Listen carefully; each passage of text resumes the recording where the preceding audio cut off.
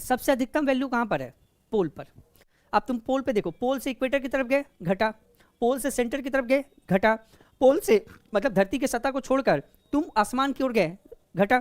इसका मतलब है कि पोल के अलावा दुनिया में कहीं पर तुम चले जाओ, ये आपके मोहल्ले और आसपास में बिजली का पोल नहीं, धरती का पोल, ठीक है।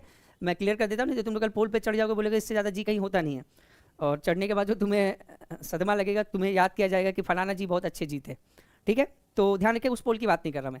धरती पे जो पोल है, जो आपको पता है पोल इक्वेटर होता है, ये आपने ज्योग्राफी में पढ़ रखा होगा, आप उसको और डिटेल में पढ़ लीजिएगा, पर अभी फंडामेंटल से काम चल जाएगा कि पोल पे जी की वैल्यू सबसे मैक्सिमम होती है। दुनिया में कहीं चले जाओ, जी का मान हमेशा घटेगा पोल से, और पोल पे कहीं से भी पोल पे आओ तो जी का मान हमेशा बढ़ेगा।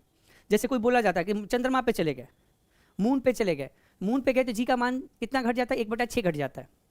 पर देखो 1/6 घटता नहीं है, जी का मान मून का भी होता है। अब मून का जो जी का मान है उसको अर्थ से कंपेयर किया गया कि अर्थ से कंपैरिजन में कितना है। जैसे मैंने कल आपको कंपैरिजन एक बताया था, ये कंपैरिजन मैंने कल बताया था,